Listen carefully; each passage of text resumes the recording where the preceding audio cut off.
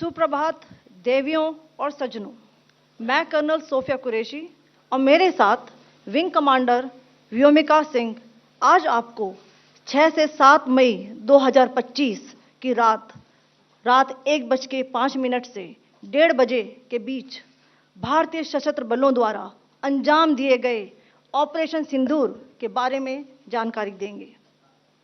Operation सिंदूर 22 अप्रैल को पहलगाम में हुए विभत्स आतंकवादी हमले के शिकार मासूम नागरिकों व उनके परिवारों को न्याय देने के लिए लॉन्च किया गया था। इस कार्रवाई में 9 टेररिस्ट कैंप्स को टारगेट किया गया और पूरी तरह से इसे बर्बाद किया गया। पाकिस्तान में पिछले 3 दशकों से टेरर इंफ्रास्ट्रक्चर का निर्माण हो रहा है। इसमें recruitment, indoctrination centres, training areas व लॉन्च पैड शामिल थे, जो पाकिस्तान और पाक अधिकृत जम्मू कश्मीर POJK दोनों में फैले हैं। Operation Sindoor was launched by Indian Armed Forces to deliver justice to the victims of Pahalgam terror attack and their families. 9 terrorist camps were targeted and successfully destroyed. Over the last 3 decades, Pakistan has systematically built terror infrastructure.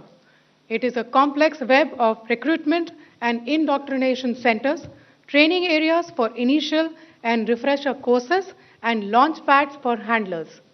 These camps are located both in Pakistan as well as Pakistan-occupied Jammu and Kashmir areas. Some of the well-known training camps are located, as you can see on the screen. They are distributed from Savai Nala in the north, counting to approximately 21, ending at Bhagalpur to the south. इन लक्ष्यों का चयन विश्वसनीय intelligence सूचनाओं के आधार पर हुआ ताकि आतंक गतिविधियों की रीढ़ तोड़ी जा सके, और यह खास ध्यान दिया गया कि निर्दोष नागरिकों और सिविलियन इंस्टॉलेशन को नुकसान न पहुंचे। The selection of these targets for Operation Sindoor was based on credible intelligence inputs and role of these facilities in perpetrating the terror activities. The locations were so selected to avoid damage to civilian infrastructures and loss of any civilian lives. This was done with due diligence, and the camps selected for targeting and their engagement will now be shown to you one by one. POJK के target मैं आपको बताना चाहूंगी। सबसे पहले सवाई नाला camp Muzaffarabad, जो कि POJK के लाइन ऑफ कंट्रोल से 30 किलोमीटर दूर है। यह एक लश्कर तौयबा का ट्रेनिंग सेंटर था। 20 अक्टूबर 2024 सोनमर्ग, 24 अक्टूबर 24 गुलमर्ग, 22 अप्रैल 2025 पहलगाम, इन हमलों के आतंकियों ने यहीं से प्रशिक्षण लिया था।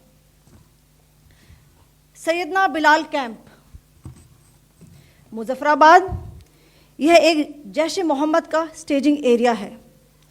यह हथियार, विस्फोटक और जंगल सर्वाइवल ट्रेनिंग का केंद्र भी था। गुलपुर कैंप कोटली, यह LOC से 30 किलोमीटर दूर था। लश्कर तौयबा का बेस था, जो रजौरी, पुंछ में सक्रिय था। 20 अप्रैल 2023 को पुंछ में और 9 जून 2024 को तीर्थ यात्रियों के बस हमले में यहीं से आतंकी को ट्रेन किया गया था।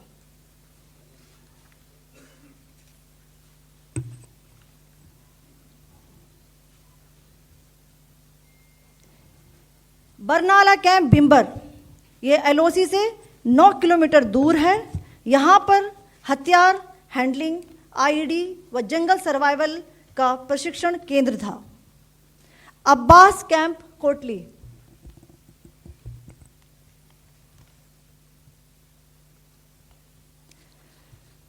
यह LOC से 13 किलोमीटर दूर है। लश्कर तौयबा का फिदाइन यहाँ तैयार होता था। इसकी कैपेसिटी 15 टेररिस्ट को ट्रेन करने की थी।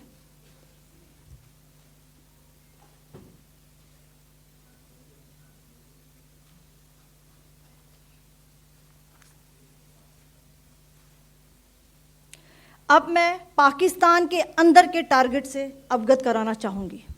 पहला, सर्जिकल कैंप सियालकोट। यह अंतर्राष्ट्रीय सीमा से 6 किलोमीटर की दूरी पर है, सांबा कठुआ के सामने।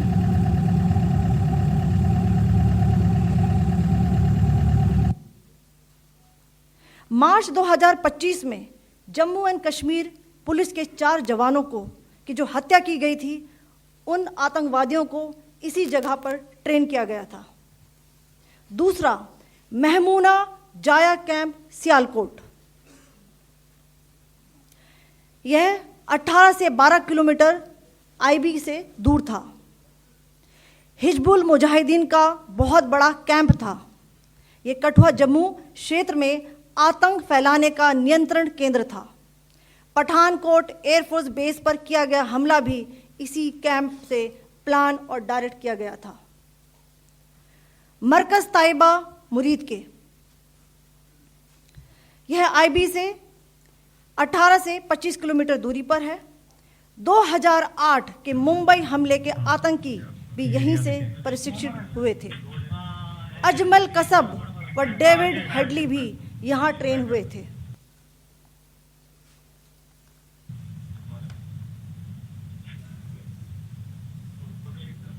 आगे दूसरा है।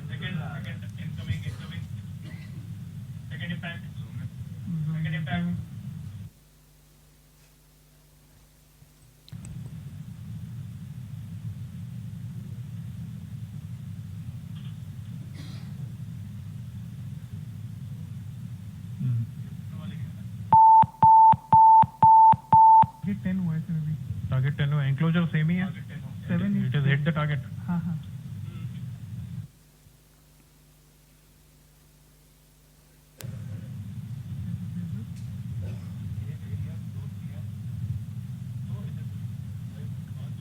आ गया सर, इम्पैक्ट।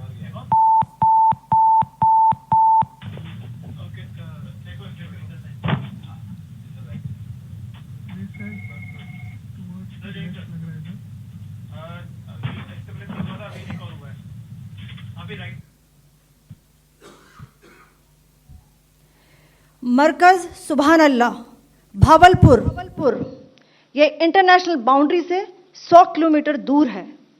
जैश ए मोहम्मद का मुख्यालय था।